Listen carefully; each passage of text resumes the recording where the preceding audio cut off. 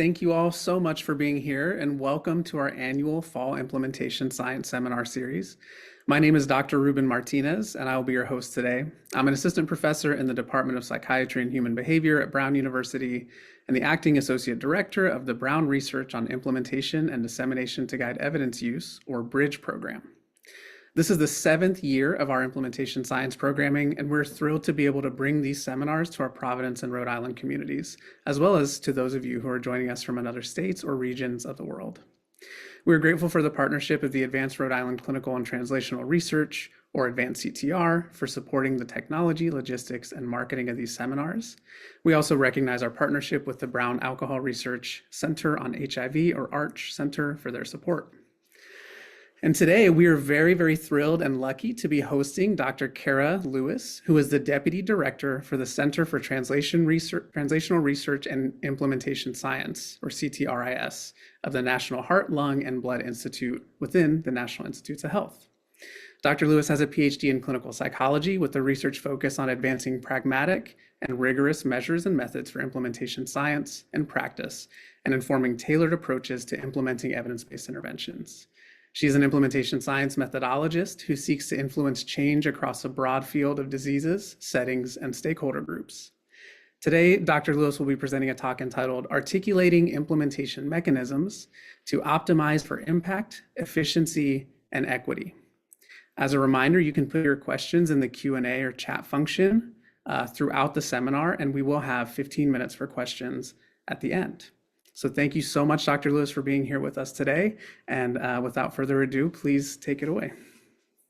Wonderful. Thanks so much for the invitation to join you today, for the kind introduction from Dr. Martinez. He and I go way back, and so I'm delighted to be a part of this. It's such an intimate group. If it's comfortable for folks, no pressure, but I'd love to have folks like put a one sentence in the chat for how they see their role in the implementation science space, whether you want to, keep it brief and say you're a researcher, or put it a little bit longer. We can get to know each other a little bit more, and I can try to tailor maybe a little bit of what I'm saying to who's in the conversation today. I'll look to Ruben to alert me if there's any clarifying questions that emerge, and I'll try to address those in real time, and we'll certainly save a good chunk of time for dialogue. So without further ado, I'm going to switch to my institute's celebratory title slide, and I'll say a little bit more about CTRIS's 10 years and our anniversary as I wrap up today. So importantly, I have nothing to disclose, and the contents of this presentation are, they should not be construed as representing an official position of the NIH or the Department of Health and Human Services. I'm actually going to jump ahead a little bit. I had this story that Elvin Gang told me once that I was going to retell to you, but let's just jump right into pretending as though we can characterize the field of implementation science by decade. And I'm channeling another incredible scholar in this area, Dr. David Chambers, who's the Deputy Director for Implementation Science at the National Cancer Institute. We were fortunate back in 2017, I think it was, for him to join a plenary session. And this was one of his slides that he's given me permission to reuse with you all today. So the gist of it is, and this is artificial, but the gist of it is that in the 2000s, we really saw folks in the field spending a lot of time writing a lot of papers about what went wrong. Why are our evidence and evidence-based interventions not making it into real-world settings and informing the care that people receive? And this is the no-do gap that's pictured on the screen, and a seminal article from that decade of research is what some people call the CFIR, the Consolidated Framework for Implementation Research, that Laura Damschroeder first authored with a team there. And this offered 5 domains of influence, from the outer setting to characteristics of individuals, and I think 37 or more unique constructs that were meant to characterize the barriers and facilitators to being able to implement change. And then in the 2010s, there was a shift from what went wrong and what got in the way to what works. And so we saw a proliferation of implementation strategies being tested, these discrete methods or techniques that could overcome those barriers and help to have evidence-based interventions be delivered with fidelity, for example, in intended settings. And a seminal paper from that period, led by Byron Powell, was a compilation of strategies for implementing clinical innovations in health and mental health, which was updated in 2015 by Byron again and his team to produce the ERIC compilation, which is the expert recommendations for implementing change. And at that point, there were 73 discrete strategies that almost served like a menu for folks looking to have some successful implementation. And now we know there are over 100 and lots of updates to the ERIC compilation and the sister compilation, and what a contribution that has been. Moving forward to the 2020s, really hopeful and starting to see this pan out, that we'll be answering questions about how and why. And so actually, I think it was published in 2020, was our systematic review of empirical studies that examined mechanisms of implementation in health. And mechanisms are indeed the focus of the majority of the talk today.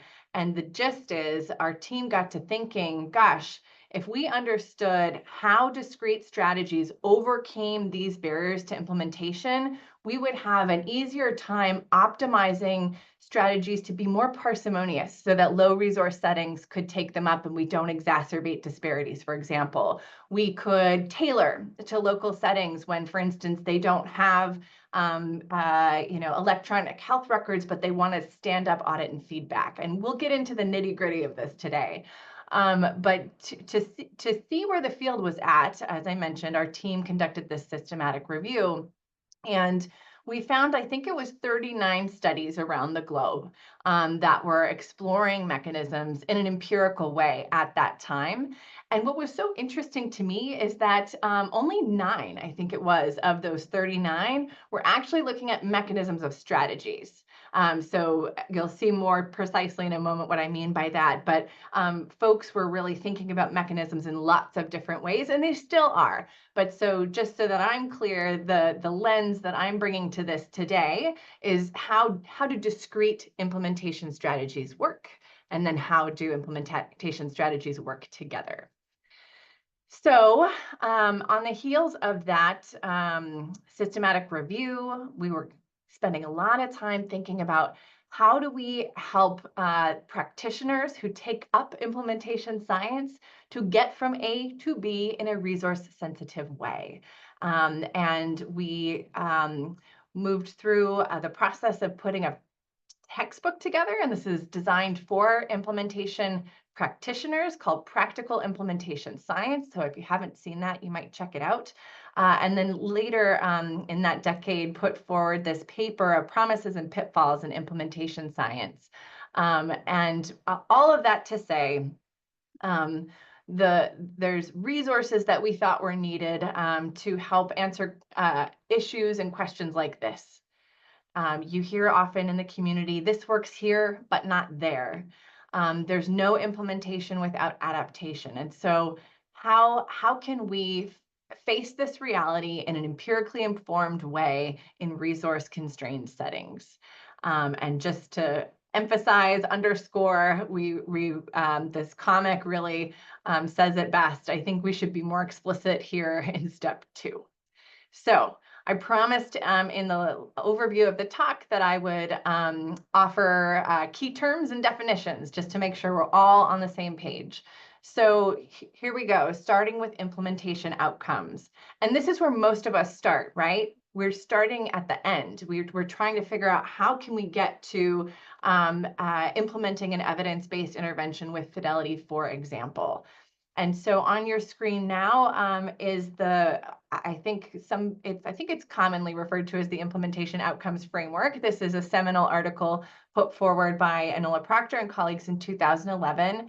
And in this instance of thinking about implementation outcomes, there are 8 listed in the red box. And what is of great value here is this distinguishing implementation outcomes from service outcomes and client outcomes. And it's depicted in a cascade by design. So the idea is that if you get strong implementation outcomes occurring, service outcomes will follow, client outcomes will follow.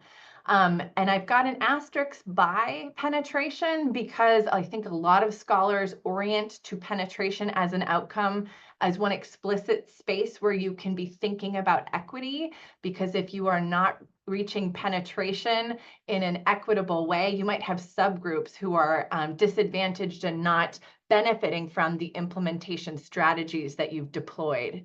But also to say that equity is not made explicit within the implementation outcomes, and a nod to other scholars who have taken up other implementation outcome frameworks like REAIM and brought an equity lens explicitly into that. So something to look for if you haven't seen.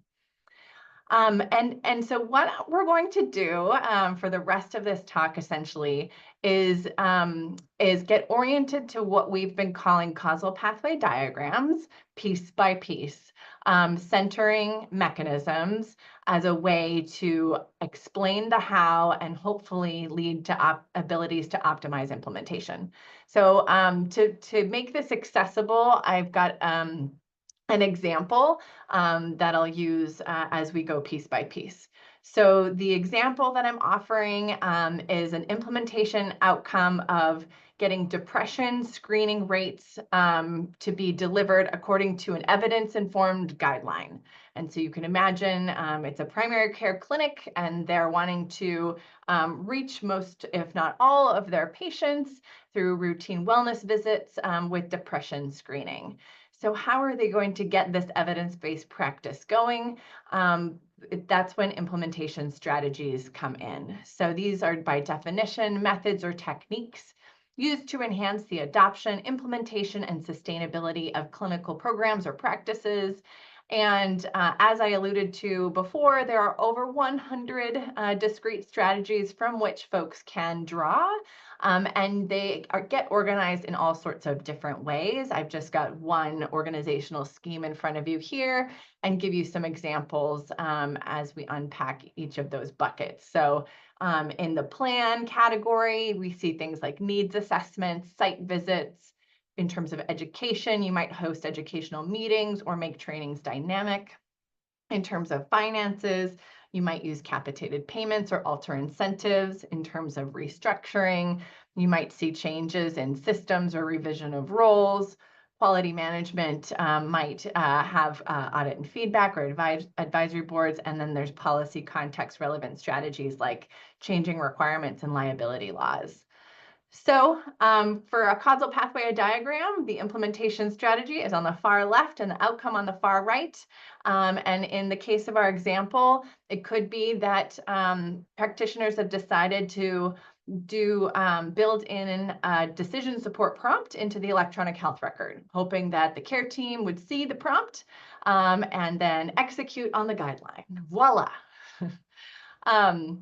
Now, we argue that waiting for implementation outcomes is maybe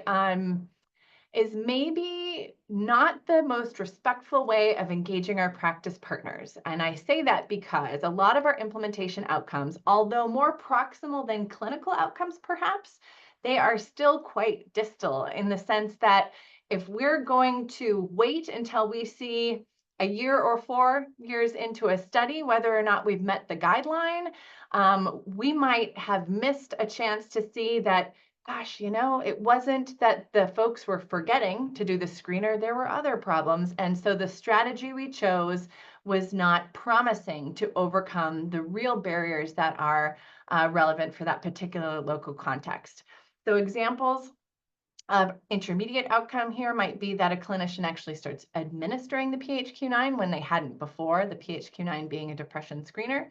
And then an even more proximal outcome might be that they endorse being reminded, that the clinician doesn't have, what is it called, alert fatigue, that they actually are able to say, yes, I was reminded. And then what you'd see happen next would be this flow into actually administering PHQ-9s and then hopefully getting to the guideline. But what's in between here? These are what the jargony term is known as determinants of practice. A more accessible term often used is barriers and facilitators. So these are factors that obstruct or enable change in targeted professional behaviors or healthcare delivery processes. A really interesting study came out of this multinational tailored implementation for chronic diseases work. And forgive me for not having the citation up for you, but Krause, Krause, Krause and colleagues several years back published this paper that looked across this multinational study and found that using mixed methods, a variety of methods and modes, 601 determinants emerged. These were plausible barriers or enablers that surfaced in their studies. And just like strategies, these can be grouped or organized in different ways. I just have one characterization here for you. So in terms of patient determinants, we might see things like beliefs and financial strain. In terms of provider determinants, we see things like knowledge, skills, attitudes, and biases. In terms of organization, there's leadership, culture, climate, resources. Community, there's things like infrastructure, siloing, competition, and policy, competing mandates and incentives, for example. So barriers sit almost in the middle, in the center, between implementation strategies and implementation outcomes. Now, the barrier in this pathway, this causal pathway, would be divided attention. You would select a prompt decision support if divided attention was the barrier that was undermining depression screening. But let's look at that a little more closely though, and enter mechanisms. So mechanisms are the reasons why change occurred or how change came about. It's really a process. We can put a name on that process and it completes the plausible path between a strategy, a determinant, and an outcome. And so in the context of our example, the mechanism here would be enhancing salience. That depression screening is one of 85 different things a primary care team is trying to do during a wellness visit. So enhancing the salience or importance of depression screening would be how this prompt works, the process through which it works to overcome the barrier of divided attention. And so in some ways, when you enter in mechanisms and you are forced to articulate them, it's almost like you're doing this plausibility check. Is it plausible that that strategy works in a way that has promise of overcoming that barrier to achieve our outcomes of interest? And maybe to give you another example in a similar space. So what's on the screen here is, let's say we're trying to reach an implementation outcome of having depression screening get to underserved subgroups. And an earlier signal that outcome is being achieved might be that we've got evidence of other language use of PHQ-9s in the electronic health record. And an earlier signal of that is that care teams have actually put the PHQ-9 in multiple languages in the waiting room. And what might be getting in the way of reaching these subgroups in the way that we've put this example together is that we've got languages other than English on the scene in a diverse primary care clinic. So the strategy would be to assess the language needs and curate the PHQ-9 in a host of languages, and we know it's available in a host of languages, and that would work through easing access to other languages. And I like to say at this point that these are artificially linear, overly simplistic causal pathway diagrams meant to slow us down, think causally, and it doesn't have to be in cute little shapes and symbols. It can be in a table. So you can unpack the same things in a table like this. And that you're really just thinking through implementation strategy, mechanism, determinant, outcome. So a few more examples for you.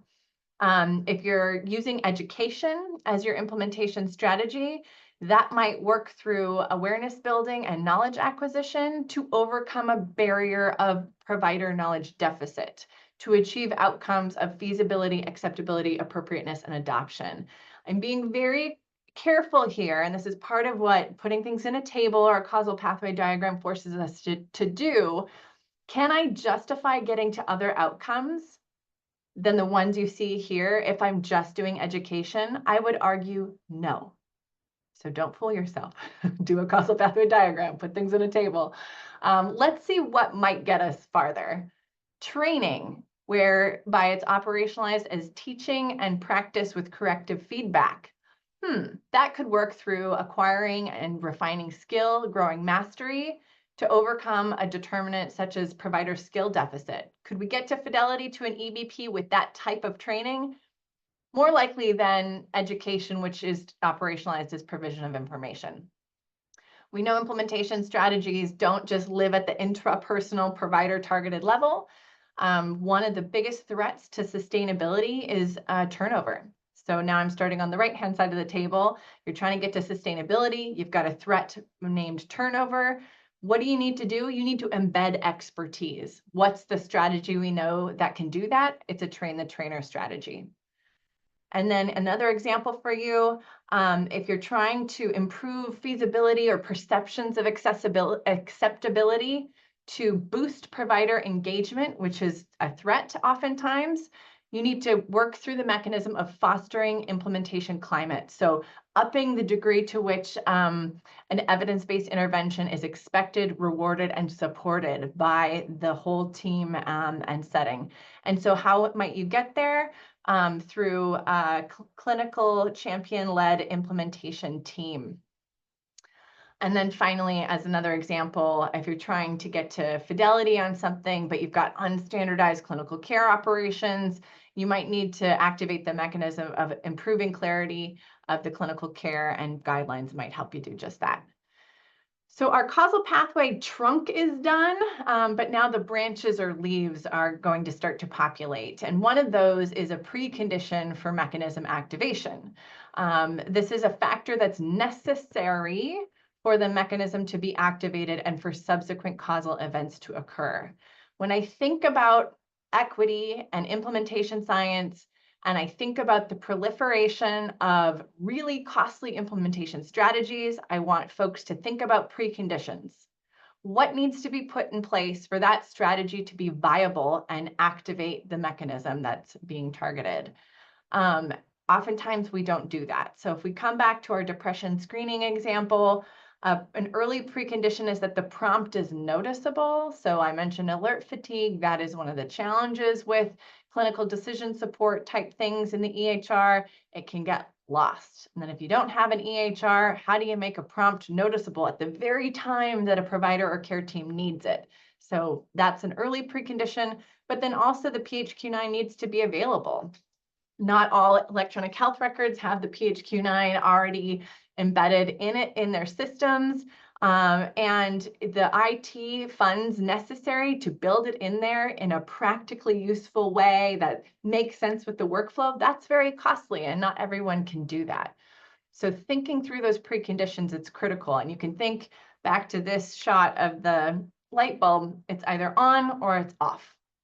And then thanks to Brian Weiner, he gives us the dimmer switch metaphor, where the moderator is the factor that strengthens or weakens the relationship between the strategy and the mechanism. It's not an on or off, but it's an amplifier or a dampener.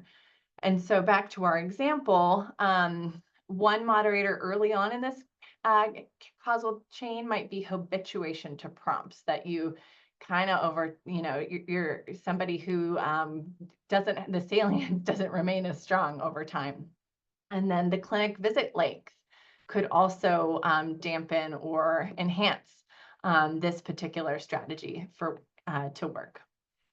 So we zoomed in, we got into the weeds, and we got through a lot of key terms and in a causal chain. And I'm going to zoom back out for a moment and just try to justify why I think that conceptualizing mechanisms, articulating mechanisms is practically useful.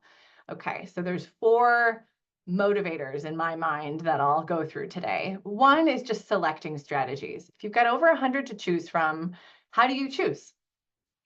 So giving you a different example here, let's say we're trying to increase HPV screening rates related to cervical cancer. how do we select a strategy for this? Well, we can start with having good knowledge about local barriers. That's often where we go next. We know what we want to get to, and then we're faced with a problem, the barrier. In this particular instance, and this is an actual study team who was funded by one of our implementation science centers. This is one of their projects. They were well aware that not all folks who were at risk realized that they were at risk. So the barrier was risk perception. How do we select a strategy to target risk perception? Well, we know we need to personalize the risk of HPV. And so that's the mechanism that needs to get activated. Well, how can we do that? What strategies? We could do that in a few different ways. We could provide data, we could leverage testimonials. But walking back from the outcome to the barrier to clarifying that mechanism then makes the selection of strategies a lot easier and also sheds light on the fact that you can operationalize a strategy in different ways as long as you're activating that same mechanism of personalizing risk. Okay. So the next motivator from my perspective is this matching game, and it's sort of shown up all along throughout the talk already, but just to be really, really crisp about it, we need to convince ourselves that the strategy and barrier kind of match in terms of the strategy holding promise to overcoming the barrier. So this is another study team funded by an implementation science center that NCI granted our team. And so the distal implementation outcome was trying to get breast cancer screening up in African American and Black women. And the main barrier that this team had been confronted with was valid mistrust in the health system, frankly. And so they knew that they needed to activate this mechanism of validating the concerns of the folks that were eligible for breast cancer screening. They told us they were going to do that by using a chatbot strategy.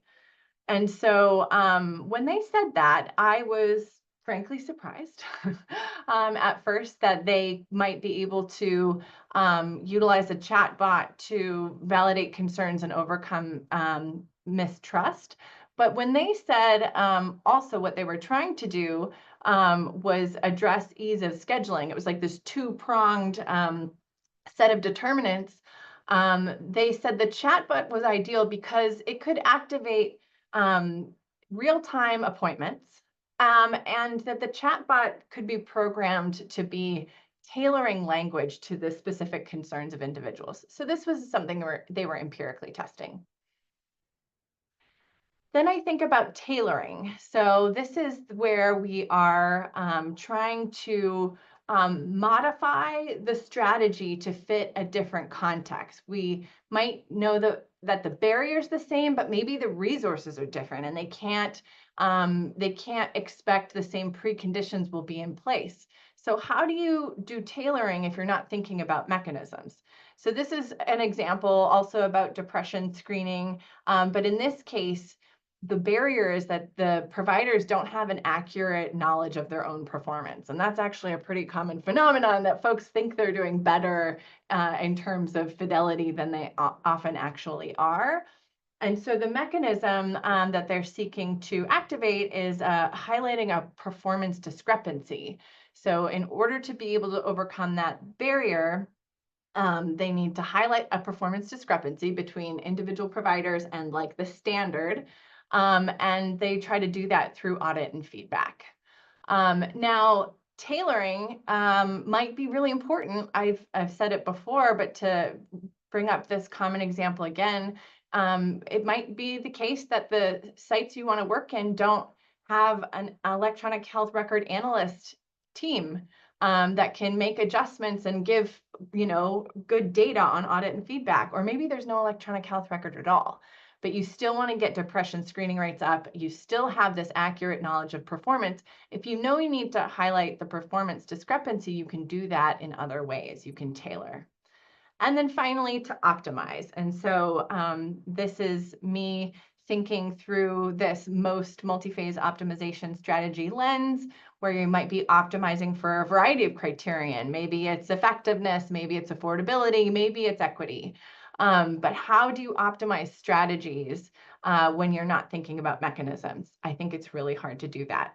So in this last example, let's say you're trying to improve reach of a particular service, but you really have this low practice change capability in say, clinics or schools.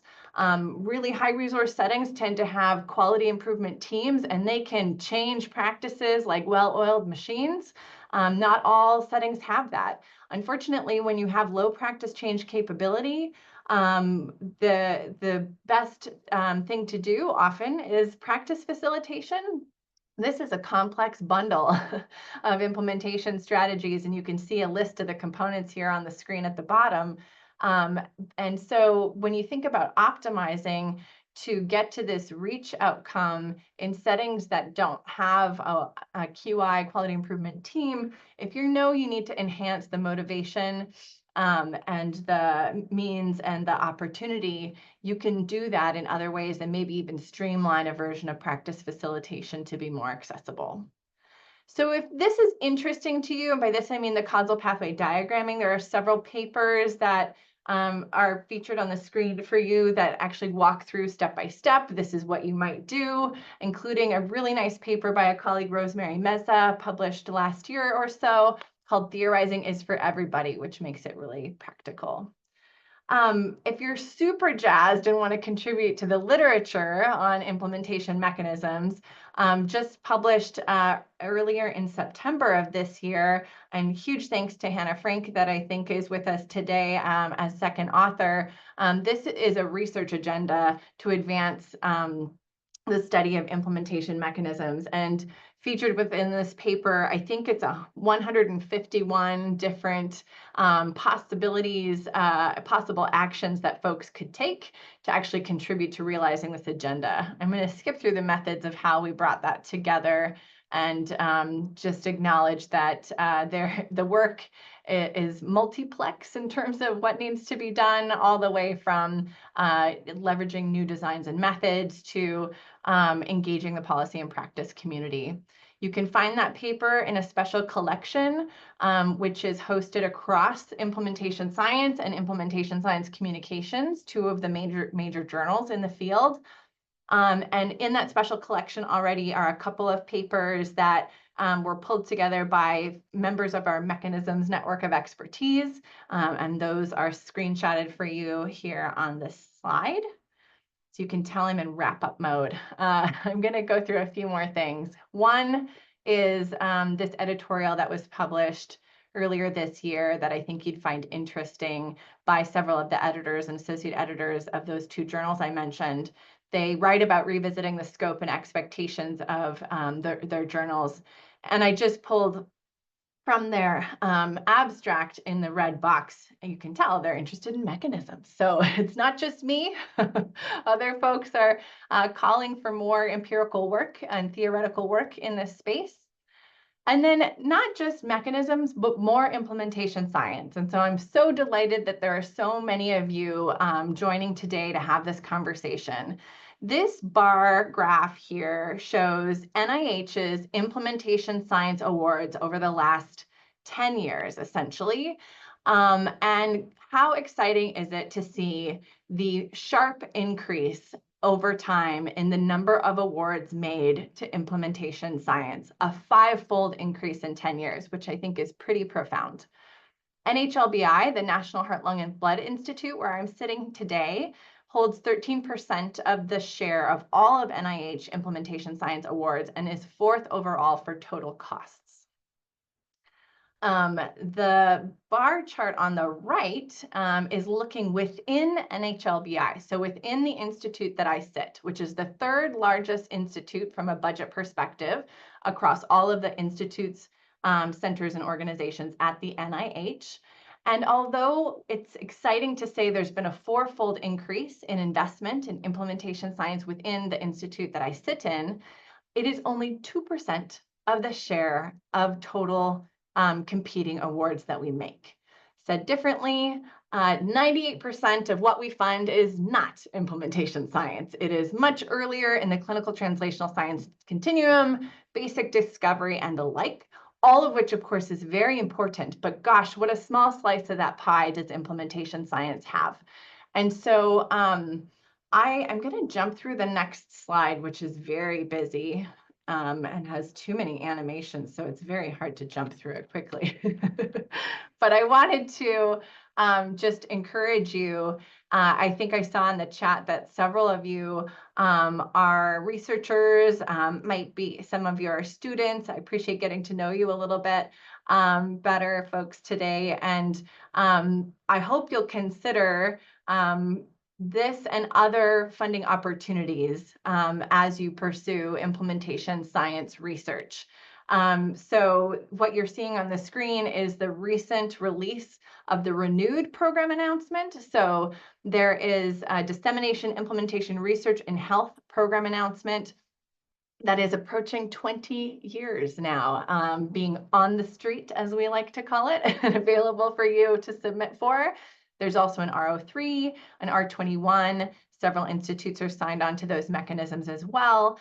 And so this is a target for applications that you might be putting together. And I can't say it enough that we hope you'll reach out to us for what we call technical assistance. So by design, program officers at the NIH are here for you to offer technical assistance, which is essentially helping you navigate the complexities of NIH, helping you figure out what's the right funding opportunity for me, what's the right funding opportunity for my idea, how could I possibly improve my idea to be a better fit with your institute, and so on. And so to say again, we are here to provide technical assistance. So don't hesitate to reach out to the point of contact on any of the funding opportunities you might be looking at, or just to me, and I'll help you find the right person to talk to you to help you pursue your grant ideas if that's in your future. Also in your future, perhaps, is joining us for the 10th anniversary celebration. Among the many events, one is a webinar. I think it's December 2nd. I should have had that pulled explicitly. We've got a series of speakers talking about the intersection of implementation science and health equity on, I think it's December 2nd. Look to us on LinkedIn for more information so you can join on that session. And then we are hosting a half-day hybrid event on the heels of the Academy Health D&I conference. And so we'll be celebrating a lot of grantees through CTRIS at that event, as well as looking to the future with think tanks and the like. Two more things for you. One is that you can have a seat at the table to actually be crafting funding opportunities, to be supporting the extramural community with technical assistance. And these span all the way from program analyst roles, where you're doing a lot of portfolio analyses, to finding gaps in our investments, all the way to branch chiefs and senior program director positions. So USA Jobs is the platform where you can find NIH open positions.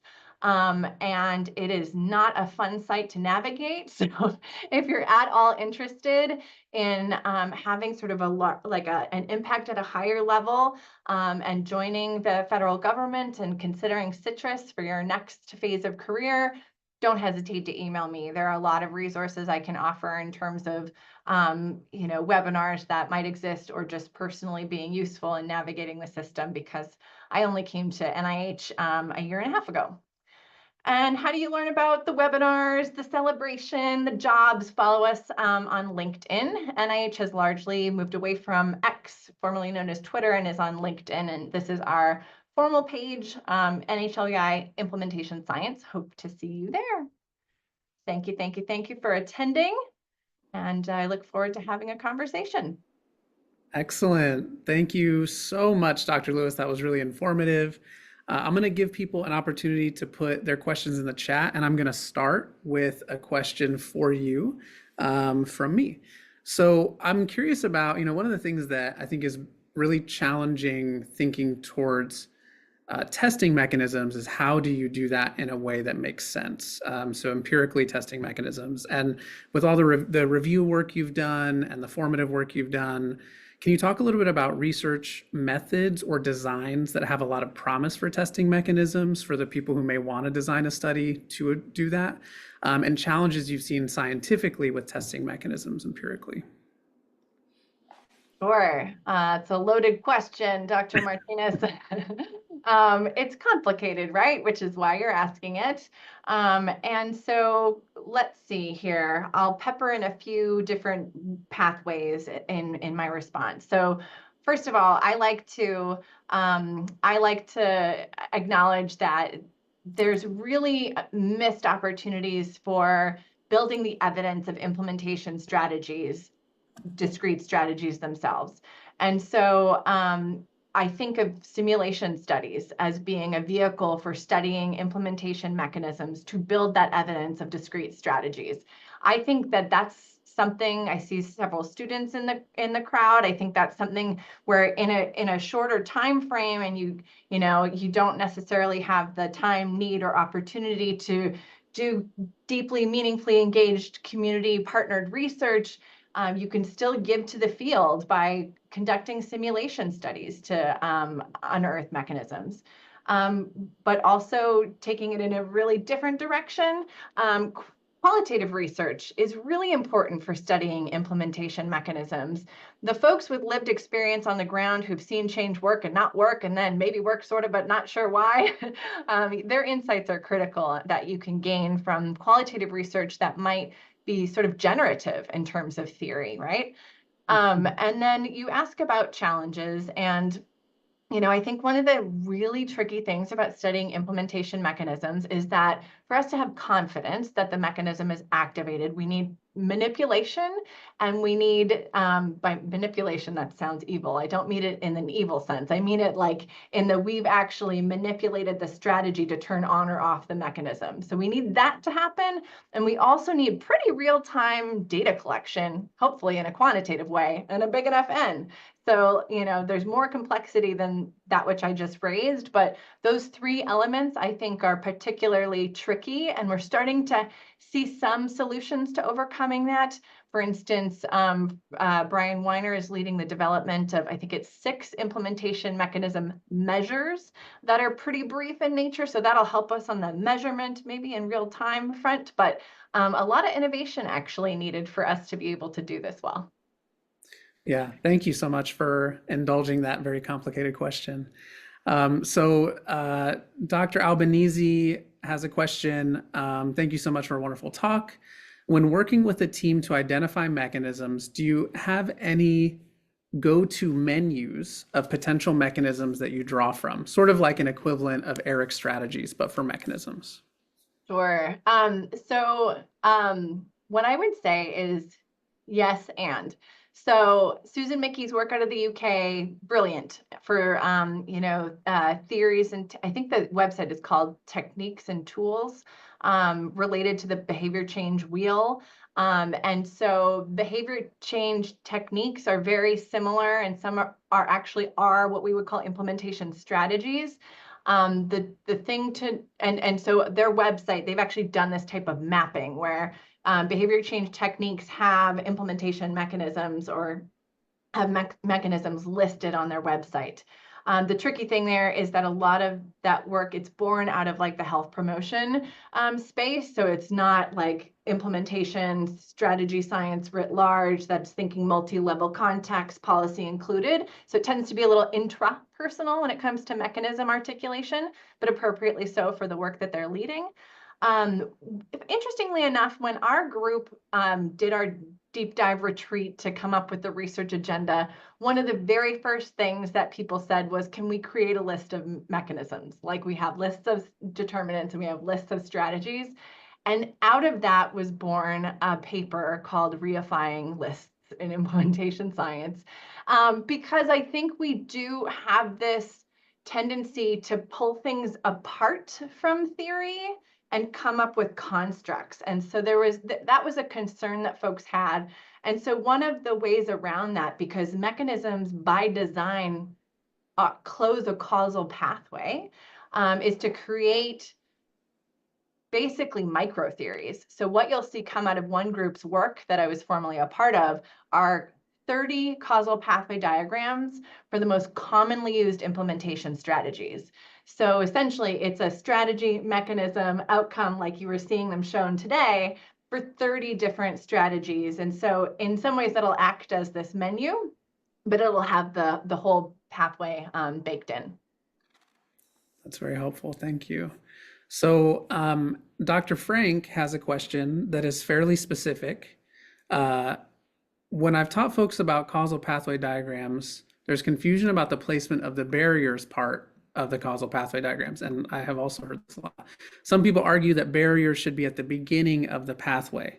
I'm curious how you would respond to that point of confusion. Barriers at the beginning of the pathway because you kind of sort of start with barriers and you're trying to resolve them. Am I understanding it correctly? I think, yes, exactly, Hannah said. Yeah. I understand that because chronologically, that is what's happening for the humans doing the work. I think the reason why we've depicted them in the middle is because the strategy is trying to overcome the barrier, and through what. So I don't know how satisfying my answer is, but just acknowledging that chronologically what you're doing in time, if the causal pathway diagram was meant to capture the chronological reality, we might change how it goes, but it's trying to capture the causal theory. And so maybe it's unfolding in a different way than you would expect. That's very helpful. And the way I've thought about it, yeah, is like you're zooming out on the process, like you're trying to get the big picture of it and can help to do that like that. And I'm going to go back to Alethia's question in a second, but because it's related, Dr. Bolin had a question. Do you measure the mechanism and the barrier, or just the mechanism in evaluating the causal pathway? You measure whatever you get to measure. And I say it that way just because, when you think about doing science with your community partners and trying to be respectful of their time and the burden of measurement, you might not never get to measure mechanisms directly, which is in part why we tried hard in the causal pathway diagrams to, center more proximal outcomes too, because you can actually have pretty decent confidence that you've activated a mechanism if you see the proximal outcome change. And that might be satisfying enough. We talk a lot about what's the level of evidence needed for what purpose, right? And so if you're trying to very convincingly, per the 7 criteria that Bradford Hill gives us, establish mechanisms, you might really want to stand up stimulation studies so you can measure every single part of the causal pathway. But if you're engaged in community partnered research and it's, low resource and your grant is tight, if you've even got one, and you can't figure out a design to, formally assess mechanisms, see what you can get a signal of that works for you. So what you probably wanted me to say is like, do you always have to measure mechanisms and barriers? I think I'll just reiterate that it depends on what question you're trying to answer for what purpose and who's involved. But ideally, yes, you'd measure all the things. That's very helpful. Thank you. I have one last mechanism specific question to ask you, Dr. Lewis, and it's going to be asking you to dream your dreams. And that is like in your pie in the sky view of what mechanism study could lead to in the future, like the type of tools you could develop with a detailed understanding of mechanisms. What do you hope for in the future? Like, what do you hope that this turns into? That's a fun question. So it's funny, I was sort of distracted as you were asking the question by the last question in the chat, and it relates to my response. I think that if folks have, so I have been worried, which is part of what that led to that Promises and Pitfalls paper, that the field of implementation science is ironically at risk of creating its own gap between science and practice. And so when that observation was made, that's when I started thinking about mechanisms. And that might feel like to some of you that I made the really wrong pivot because mechanisms seem so scientifically nerdy, right? I think it's got a socializing problem that I need to work on.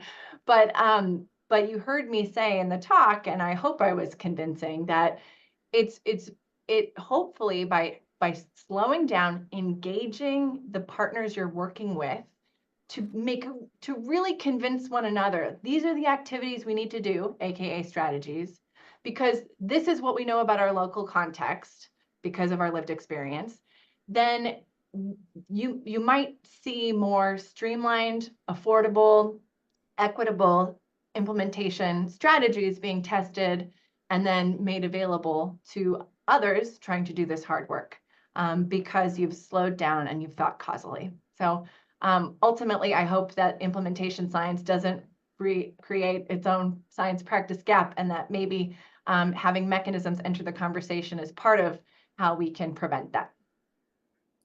That's very helpful. Yeah, I totally agree with you there. And there was one other question before I get back to Alethia's, Dr. DeRozier's question in John Paul's question, which was, do you have examples of how to use the causal pathway approach in addressing funder influence? I'm not totally sure what funder influence means in this context. So if you could put a little context there, and or maybe Dr. Lewis, you know. No, I would want to understand better as well. Yeah. And while we wait for that, we will pivot to Dr. DeRozier's question, which is, we talk a lot about implementation strategies, mechanisms, and outcomes, and much less about dissemination strategies and outcomes.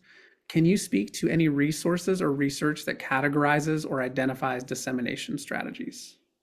Yeah, so excuse me. So part of my response is to acknowledge that a lot of the times we use implementation science to wrap its arms around also dissemination science, just because it's shorter to say, and maybe we should really be saying D and I. But your point is good because it acknowledges they're very different strategies and very different outcomes, and there's empirical evidence and otherwise for each of the fields separately. Off the top of my mind, I can't remember the citation I want to share with you about dissemination strategies and outcomes, but if you email me, I will send it your way. So when we do things like portfolio analyses about implementation science investment at NHLBI or NIH, like the slides I showed you, that's D and I, and we're coding for dissemination outcomes and implementation outcomes. So I hope that's clarifying. Absolutely. I have a question as we wait for John Paul. Is there any move or any precedent in NHLBI or NIH around funding more marketing, like collaborations with marketing, researchers or industry professionals? Gosh, what would I say? We really try to inspire folks to be engaged in multidisciplinary, interdisciplinary, or transdisciplinary efforts. And marketing has so much to offer, implementation, in particular, dissemination science. And I think that there's probably missed opportunities, even just by siloing in academia, where those different disciplines sit and how often you're talking together and submitting grants together. That is part of what might explain some of those missed opportunities. But am I aware of specific funding opportunities that call for an integration? Not off the top of my head, but that's not to say that there isn't. Thank you. All right, well, we have about 5 minutes left. If there are any other questions from the chat, we can answer those. Just give people about. If not, I will be honest, my son's school has called and I have no idea what about, and usually that means there's an emergency. So All right, well, you should go. Absolutely. Well, please take that. And thank you, Dr. Lewis. We really appreciate you being here and you giving us this incredible knowledge. And as a reminder for other folks who are watching, we will have our next seminar on Tuesday, November 19th at 12 p.m. We will have Dr. Ariana Albanese, Bridge faculty member, presenting on rapid approaches to qualitative analysis. We hope you all join next week. Thank you all so much. Thanks for having me. Take good care.